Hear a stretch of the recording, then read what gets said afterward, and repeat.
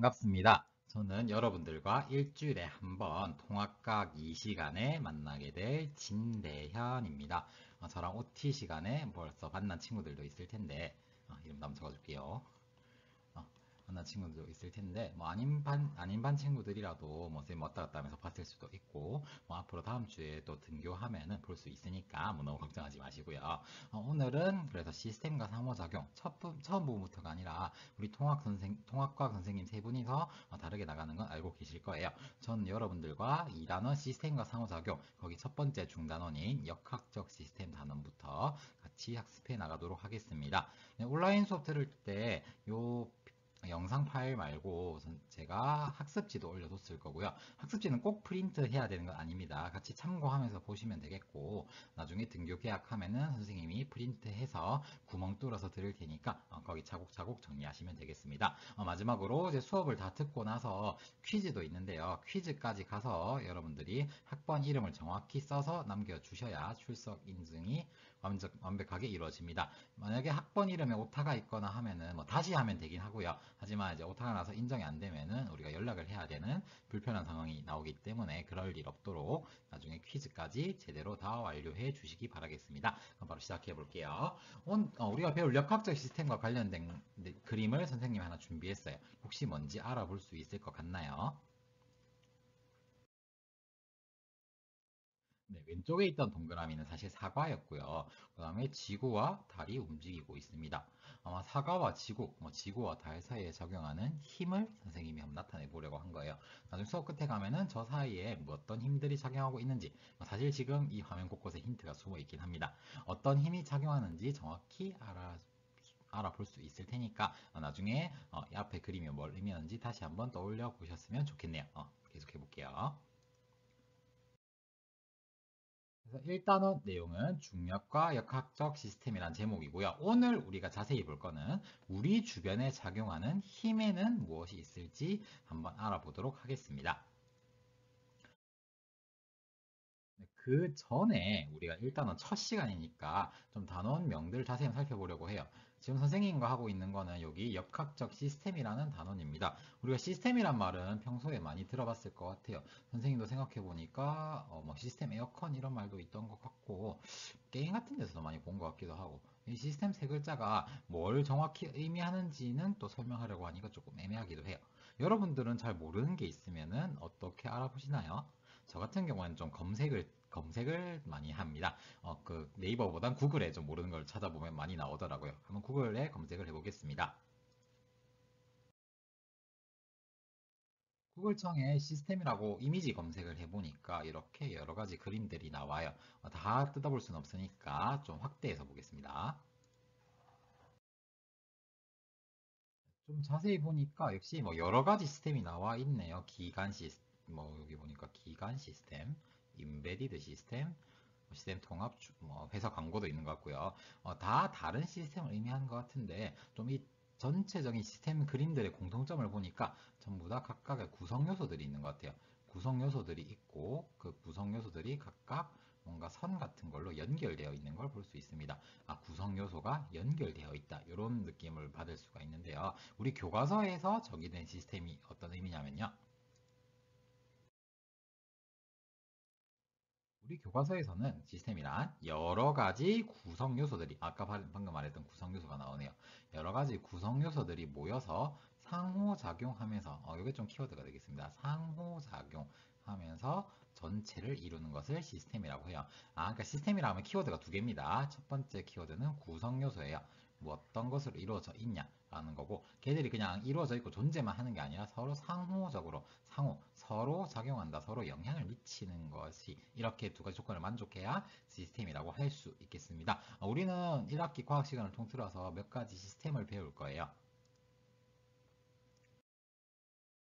좀 넓은 의미의 시스템이라고 보면은 우리는 지구에 살고 있다 그죠? 여기 지구가 열심히 돌아가고 있는데 따라잡을 수가 없네요. 열심히 돌아가고 있는 지구도 태양계에 속해 있고요. 즉, 뭐 태양계라는 한 가지 시스템 안에 존재하고 있습니다. 좀 더 확대를 해보면 우리는 지구에 살고 있죠.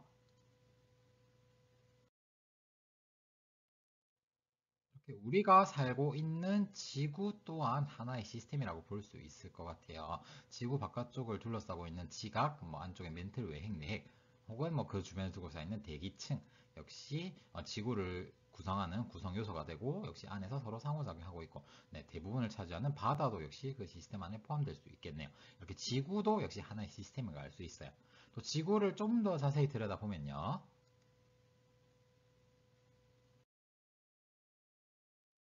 이렇게 안쪽에는 고양이가 살고 있죠. 네, 사심을 담은 게 절대 아닙니다. 고양이가 살고 있는데 고양이와 같은 하나의 생명체 역시 시스템이라고 볼 수 있을 것 같아요. 여러분이 그 생명체가 무엇으로 이루어져 있는지는 중학생 때 배운 걸로 알고 있습니다. 이걸로 이루어져 있죠. 알이 아니고 이렇게 이 그림 혹시 본 기억이 있었으면 좋을 것 같아요. 우리 중학교 때 각 생명체들은 가장 구조적, 기능적 기본 단위인 세포로 이루어져 있다. 이런 내용을 옛날에 배운 것 같습니다. 거의 세포들이 모여서 여러 가지 비슷한 세포들끼리도 모이고 여러 가지 세포들이 합쳐져서 이렇게 왼쪽에 하나의 커다란 생명체로 이루고 있는 즉 생명체도 그 안에서 시스템을 이루고 있다. 하는 내용을 우리가 알 수 있을 거예요. 이렇게 여러 가지 시스템들을 우리가 차근차근 배워나간다 생각하면 되겠습니다. 선생님이랑 제일 먼저 해야 될 거는 이제 우리가 살고 있는 우주에 영향을 미치는 그 힘과 관련된 내용을 배워볼 거예요. 고 이제 본격적인 내용 한번 살펴보겠습니다. 로켓가 보이는데, 이거 터져버렸어요. 이 사진을 최근에 혹시 과학기술이나 뭐 우주에 관심 있는 친구들은 본 적이 있을 것 같은데, 테슬라라는 회사에서 진행하고 있는 스페이스 X 프로젝트를 이제 보여주고 있는 사진이에요. 스페이스 X라고 있는데, 관심 있으면 한번 검색해 보시면 좋을 것 같아요. 어떤 거냐면 테슬라에서 우주 여행을 좀 더 현실화시키고 싶어서 이루고 있는 사업이에요. 우주 여행뿐만 아니라 화성 이주까지, 길게는 화성 이주까지 보고 있는 사업인데, 그러기 위해서는 저 우주선을 여러 번 사용할 수 있도록 만들고자 하는 게 목표가 되는데요. 여러 번 사용하기 위해서 이제 한번 로켓을 발사했다가 다시 착륙하는 거. 이번이 세 번째 시도인데 착륙은 성공했는데 착륙 직후에 한 5분 있다가 이게 폭발해 버렸다고 해요. 안타까운 실패가 되겠지만 그래도 이걸 반복하다 보면은 이 스페이스X라는 꿈이 실현될 수 있을 것 같습니다. 이걸 왜 보여준 거냐면 이렇게 로켓 발사가 사실 되게 쉬운 일이 아니에요. 쉬운 일이 아니라 이제 여러 가지를 고려해야 되는데 어떤 그 고려해야 될 것 중에 가장 이제 여러 가지가 있겠지만 그 중에 우리가 힘을 고려해야 되는 게 있어가지고 한번 소개해 주기 위해서 가장 최근에 이슈가 된 로켓 사진을 한번 들고 와봤습니다. 그러면 이제 로켓을 발사할 때 어떤 힘을 고려해야 할지 한번 훑어볼게요.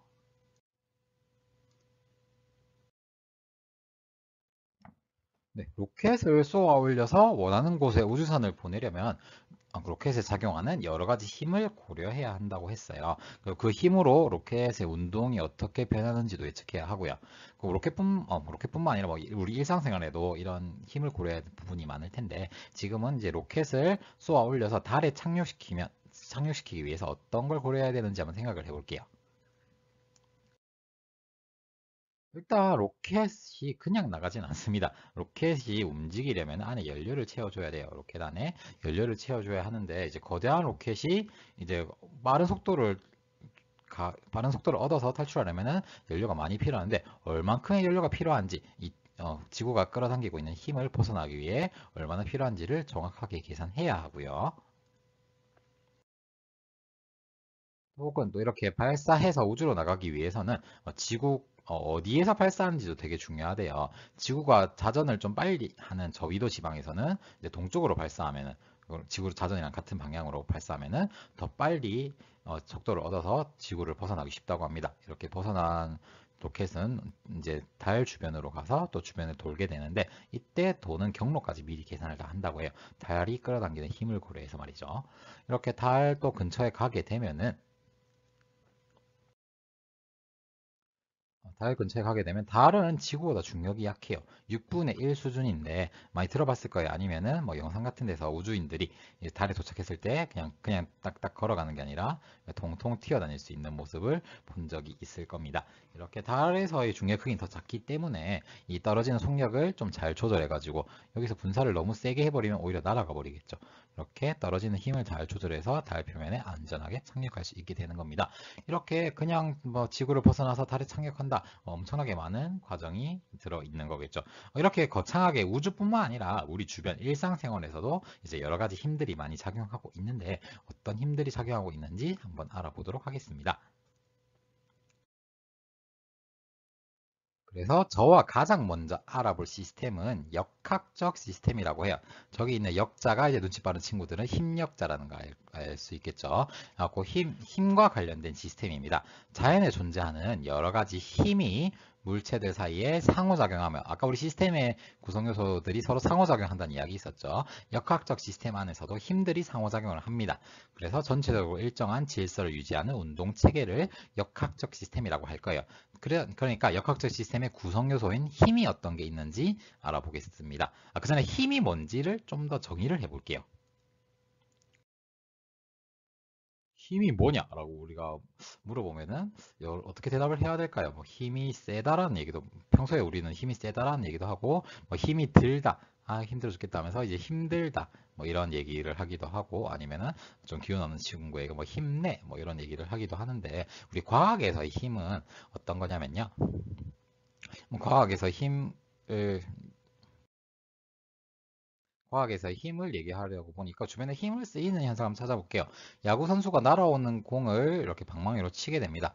방망이로 치면은 이렇게 치는 순간을 자세히 보니까 야구 공의 모양이 찌그러졌다 그죠? 야구 공의 모양이 변했고요. 또 놔두면 이렇게 친 직후에는 이렇게 찌그러지지만 조금 시간이 지나면 이 공은 어떻게 된다? 다른 곳으로 날아가 버리겠죠. 운동 상태가 변한다는 거. 이렇게 공이 날아가기도 하고요. 아니면은 우리가 이렇게 달리기를 할 때 걷거나 달리기를 할 때 우리는 땅을 어떻게 하나요? 땅을 이렇게 밀어낸다 그죠? 땅을 뒤로 미는 힘만큼 땅은 또 우리를 앞으로 밀어주어요. 그래야 우리가 앞으로 나갈 수 있는 거거든요. 이렇게 어떤 물체에 힘이 작용하면 그 힘을 받는 물체는 우리를 반대 방향으로 힘을 준다는 거. 어쨌든 여기서 우리가 볼 수 있는 건 상호작용이에요. 호작용. 이런 내용도 들어가야 되겠습니다. 그래서 방금 보면은 야구공에서는 이제 공이 아까 모양도 변했고 그 다음에 운동 상태가 변했거든요. 이 키워드들이 나왔어요. 힘을 가하면 모양과 운동 상태가 변하고 상호작용이 있어야 된다. 이거를 종합해서 힘이 무엇인지 정리를 하면요. 힘이란 학습지에 비슷한 말이 나와 있을 겁니다. 빈칸이 있으면 채워주시면 되겠네요. 힘은 물체에 작용하여 물체의 모양을 변화시키거나 운동 상태를 변화시키는 원인. 이거를 우리 과학에서 말하는 힘입니다. 물체의 모양이나 운동 상태가 변해야 힘이 작용했구나 라고 말할 수 있는 거고요. 그리고 힘은 항상 두 물체 사이에서 상호작용한다. 왼쪽에 뛰어갈 때는 우리 사람이 땅이 사람을 이렇게 서로 밀어준다라는 걸 통해서 상호작용하는 걸 알 수 있었습니다. 그래서 힘은 물체의 모양과 운동 상태를 변화시키는 것이다. 이렇게 우리가 정확히 짚어보고 넘어갈게요. 그 다음 어떤 힘이 있는지 한번 보겠습니다. 차가 예쁜가요? 최근에 우리나라 현대차에서 새로운 차를 발표를 했어요. 아이오닉이라는 차인데 조금 특이해요. 우리가 일상생활에서 가장 많이 보이는 차들은 전부 다 기름으로 가는데 얘는 기름을 넣는 건 아닌 것 같아요. 네, 눈치 빠른 친구들은 알겠지만 이 차는 전기로 움직이는 전기차입니다. 그래서 기름을 먹는 게 아니라 우리가 핸드폰 충전하듯이 이제 전기를 충전하고 있는 모습인데요. 이렇게 플러스 극, 마이너스 극을 가진 전기에서 작용하는 힘이 한 가지가 있어요. 그 힘은 이렇게 플러스 혹은 마이너스를 띤 전하를 띤 물체에서 작용하는 건데 본 적은 있을 것 같아요. 같이 우리가 과학에서 항상 자주 나오는 거기 때문에 한번 익히고 넘어가면요. 이렇게 플러스 전하를 띤 두 물체가 있습니다. 얘들은 서로 좋아할까요? 싫어할까요? 네, 중학교 느낌으로 설명하면 서로 싫어해서 서로 멀어지려고 한다. 그죠? 서로 이렇게 멀어지는 힘을 우리는 예전에 척력이라고 배웠습니다. 척력. 같은 플러스끼리는 서로 밀어낸다. 이런 걸 척력이라고 했고요. 이번에는 저렇게 마이너스를 띄는 친구가 오면은 플러스랑 마이너스는 서로 어떻게 한다? 서로 좋아한다. 좋아한다 너무 유치한가요? 이렇게 서로 끌어당긴다라고 해요. 서로 다른 극을 서로 끌어당기니까 이때는 우리가 인력이라고 합니다. 밀어내는 건 척력, 그 다음에 서로 끌어당기는 건 인력. 이렇게 우리가 알고 있다는 내용인데 한 번 더 정리를 했어요. 그리고 이렇게 전하, 플러스 혹은 마이너스 전하를 띤 물체들 사이에서 작용하는 힘을 우리는 전기력이라고 합니다. 전하 사이에 작용하는 힘이 전기력이 되겠고요. 요게 중요하겠죠. 같은 종류의 전하 사이에서는 척력이 서로 밀어내고요. 그 다음에 다른 종류 전하 사이에서는 인력이 작용한다는 거. 그래서 플러스끼리는 서로 밀어내고 여기에 마이너스가 들어가도 똑같이 되겠죠. 마이너스끼리도 서로 밀어낸다는 거 알고 계실 거고요. 플러스 마이너스끼리는 서로 잡아당기는 인력이 작용한다. 첫 번째 힘의 예시인 전기력의 특징 간단하게 살펴봤습니다. 더 자세한 내용들은 아마 여러분들이 물리학을 좀 더 깊게 배우면 알게 되실 거예요. 우리는 딱 이 정도 보시면 되겠습니다. 그 다음 힘 볼게요. 자석이다, 그죠? 우리 자석은 일상생활에서 옛날처럼 이 막대 자석을 자주 보진 않지만은 우리 생활 곳곳에 이 자석이 숨어 있는 경우가 많습니다. 여러분 음악 듣는 걸 좋아하는 친구들은 귀에 이어폰 잘 끼고 다니는데 그 이어폰 안에도 강한 자석이 들어 있고요. 뭐 핸드폰에도 자석이 많이 쓰이고 여러분 주위를 둘러보면 은근히 자석이 많이 숨어 있는데 이 자석에서 작용하는 힘도 전기력과 조금 비슷한 성질을 갖고 있어요. 자석 이렇게 하나만 두는 게 아니라 여러 개의 자석을 뒀을 때 일어나는 일. 자석 이렇게 두면 얘들 어떻게 움직일까요? 사실 초등학생 때부터 많이 봐서 알고 있을 거라 믿겠습니다. 이렇게 움직이게 되겠죠. 위쪽 보면은 같은 N극끼리는 서로 싫어해서 밀어내는 무슨 힘이 작용했다? 척력이 작용했고요. 그다음 반대로 아래쪽에서는 N극과 S극 서로 다른 극이 만나서 서로 끌어당기는 아까랑 똑같은 인력이 발생했겠죠. 척력과 인력이 작용하는 거, 전기력과 좀 비슷합니다. 그래서 얘는 자성을 가진 물체들끼리 일어나는 힘이라고 해서 자기력이라고 하고요. 자석 또는 자성을 띤 물체 사이에 작용하는 힘. 그리고 아까 전기랑 비슷합니다. 자석의 같은 극끼리는 척력, 다른 극 사이에는 인력이 작용한다. 이런 거 우리가 기억해 두시고 넘어가도록 할게요. 운동 종목 중에 하나입니다. 뭐 같아요? 장대 높이뛰기입니다. 장대 높이뛰기는 이제 요 운동선수가 멀리서 열심히 달려와가지고 장대를 들고 달려와서 원래 이제 직선이었던 장대를 바닥에 꽂은 장대를 이제 힘을 주면 휘어지고요. 이 휘어진 장대가 다시 펴지면서 이 선수가 이 높이 있는 장애물을 뛰어넘는 경기가 되겠습니다. 이때 보면 막대기는 원래는 이제 직선이었는데 지금 이렇게 휘어 있다가 다시 어떻게 되고 있나요? 다시 원래대로 돌아가려고 하고 있어요. 원래대로 돌아가려는 거. 또 비슷한 사례를 어디서 볼 수 있냐면요. 용수철 혹은 스프링 한 번씩 볼 수 있을 것 같아요. 이 용수철 스프링을 양쪽에서 눌러주면 어떻게 되나요? 눌러주면 이렇게 줄어들게 되겠죠. 근데 이 줄어든 거에서 가만히 두는 게 아니라 손을 떼면은 얘는 가만히 찌그러져 있는 게 아니라 다시 어떻게 되나요? 누르고 있던 힘을 뭐 없애주면 아니면 손을 떼주면은 이 용수철은 다시 원래대로 돌아오려고 합니다. 지금 아까 휘어져 있던 막대기 혹은 이렇게 아까 구부러졌던 용수철을 다시 원래대로 돌아가게 하는 힘, 그 힘을 지금 알아볼 거죠. 익히 들어봤을 텐데 탄성력이라고 합니다. 탄성이 있다라고 하는 말은 원래대로 돌아가려고 하는 성질이 있다는 거고요. 거기에서 발생하는 힘을 탄성력이라고 합니다. 변형된 물체, 방금 여기선 휘어진 장대 혹은 눌러진 스프링이 되겠죠. 이들이 그것과 접촉해 있는 다른 물체에 작용하는 힘을 탄성력이라 하고요. 방향이 나와 있네요. 변형된 방향과 반대 방향으로 작용한다. 즉 왼쪽으로 휘어있던 장대는 다시 오른쪽으로 돌아가려고 했고요. 그 다음에 안쪽으로 수축했던 스프링은 다시 원래대로 바깥쪽으로 돌아가려고 한다. 이게 탄성력이 무엇인지 그리고 어느 방향으로 작용하는지에 대한 설명이었습니다. 또 운동선수들이 나왔어요. 오른쪽은 스피드 스케이팅이고요. 왼쪽은 육상 선수입니다. 둘 다 좀 빨리 가려고 하는 스포츠인데 우리 스피드 스케이팅 같은 경우에는 잘 미끄러지면 좋고요. 선수가 잘 미끄러질수록 좋고요. 반대로 우리 육상 선수가 잘 미끄러지면 어떻게 될까요? 미끄러지면 넘어지거나 다치셔서 이제 부상을 입을 수가 있겠죠. 즉 육상 선수는 잘 미끄러지면 안 됩니다. 미끄러진다와 관련된 힘이 하나 있습니다. 마찰력이라는 힘인데요. 언제 작용하냐면 물체와 접촉면 사이. 지금 왼쪽의 스케이팅 선수는 스케이트 날과 그다음 바닥에 있는 빙판. 그 다음에 오른쪽 육상 선수는 역시 신발과 바닥 사이에서 물체의 운동을 방해하는 힘이래요. 즉 지금 그 미끄러지는 걸 방해하는 힘이라 보시면 되겠습니다. 그래서 운동선수 같은 경우는 이 마찰력이 되게 높아가지고 안 미끄러지도록 얘가 미끄러지는 걸 막아서 우리가 힘을 받아서 앞으로 나아갈 수 있게 해주는 힘이고요. 반대로 스케이트 같은 경우에는 마찰력이 되게 낮아요. 되게 낮아서 이렇게 움직이는 걸 방해하는 힘이 작기 때문에 마찰력이 작아서 방해가 없기 때문에 얼음 위를 미끄러져 나갈 수 있게 되는 겁니다. 이렇게 마찰력은 이제 높아야 좋을 때가 있고 낮아야 좋을 때가 있어요. 즉 이제 잘 미끄러지면 안 되는 경우에는 마찰력이 높아야겠고요. 반대로 미끄러져야 하는 경우에는 마찰력을 최대한 낮춰야 되겠습니다. 즉 이렇게 이제 마찰력은 접촉면 사이에서 일어나는 힘이 되겠고요. 방향은 운동 방향과 반대 방향으로 작용하게 되겠습니다.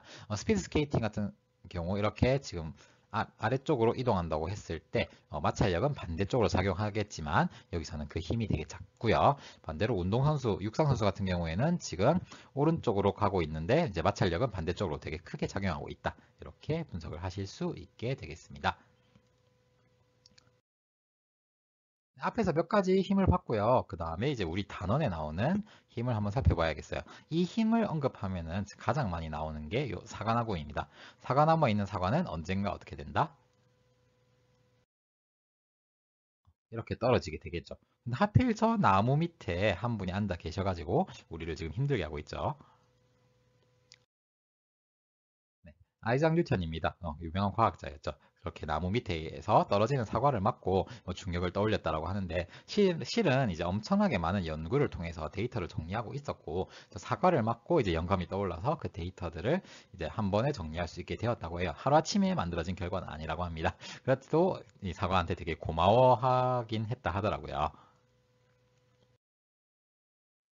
네. 그래서 저 사과는 가만히 놔두면 아래쪽으로 떨어질 거고 우리가 앞으로 던지면 어떻게 될까요?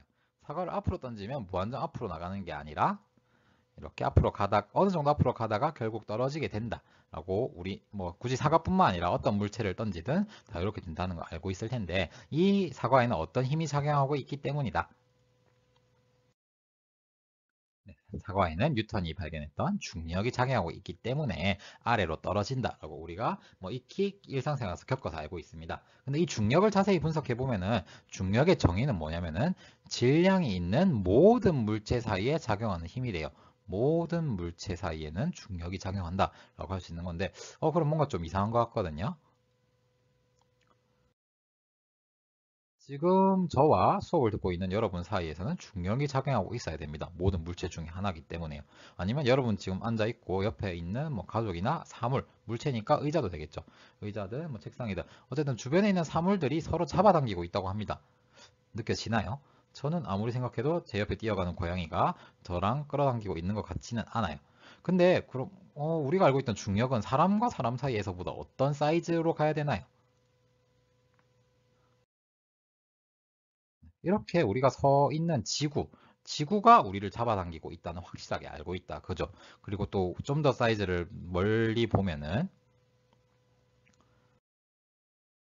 네, 지구와 달 사이도 서로 잡아당기고 있다고 알고 있어요. 지구와 달이 서로 잡아당기는 힘 때문에 우리 밀물썰물이 생기기도 한다라는 얘기 한번 들어본 적 있을 거고요. 좀 더 멀리 보니까 이렇게 태양도 지구를 잡아당기고 있는 것을 우리가 좀 알고 있습니다. 그러면 다시 한번 생각을 해볼게요. 모든 물체가 서로 잡아당기고 있는 힘을 중력이라고 했는데 사람과 사람 사이에서는 그 힘이 느껴지지가 않습니다. 하지만 우리 사람과 지구 혹은 지구와 달, 지구와 태양 사이에서는 그 중력이 서로 못 벗어나게 이제 그 주위를 돌게 할 정도로 강하게 작용하고 있음을 알 수 있습니다. 그러면 중력의 세기는 뭔가 뭐에 의해 결정된다라고 우리가 예상을 할 수 있을 것 같네요. 뭐에 의해 중력이 결정될까요? 여기서 이제 중력의 성질이 한 개 더 나오게 되겠죠. 중력은 두 물체의 질량의 곱에 비례한다고 해요. 비례한다는 말은 우리 초등학교 6학년 때 배우는 걸로 알고 있습니다. 비례, 하나가 커지면 다른 것도 커지는 것을 우리 비례라고 했죠. 즉, 질량, 두 물체의 질량이 커지면은 중력도 커진다가 되겠습니다. 그래서 우리 아까 사람과 사람 사이에서는 질량이 비교적 작기 때문에 그 힘이 너무 약해서 느껴지지 않지만 사람과 지구, 혹은 지구와 달 사이에서는 질량이 매우 크기 때문에 이 중력이 느껴질 정도로 큰 값을 갚는다라고 볼 수 있고 한 가지 더 이제 내용이 있는 걸 보니까 두 물체 사이의 거리의 제곱에 반비례한다. 반비례란 말은 아까 비례랑 반대였죠. 하나의 값이 커지면 나머지 값은 작아지는 걸 반비례라고 합니다. 즉 거리가 어떨수록 중력이 세다. 거리가 가까워야 중력이 세지게 되겠다. 그죠? 그러니까 가까운 거리일수록 중력이 세게 작용한다라는 이야기가 되겠습니다. 사실 이거를 뉴턴이 발견한 시기 이거게 되겠는데요. 뭐 G, M1, M2, R 제곱 돼 있는데 이걸 지금 달달 외울 필요는 없고 그러니까 M1, M2가 질량이고요. R 제곱이 거리라고 해요. 그리고 이렇게 하나의 식으로 뉴턴이 정리를 해냈다라고 보시면 되겠습니다. 이 식을 통해서 우리가 이렇게 뭐 질량에 비례한다, 제곱에 반비례한다 라는 걸 알게 된 거고요. 이 식은 지금 그냥 보여만 드리는 거고 저 식에 대해서 자세히 분석하는 건 여러분들이 이제 물리학에 좀 더 관심이 생겨서 2학년 때 물리학 1을 선택하게 되면 좀 더 자세히 배울 수 있게 됩니다. 이게 재밌는 친구들도 분명히 있을 거라고 봐요.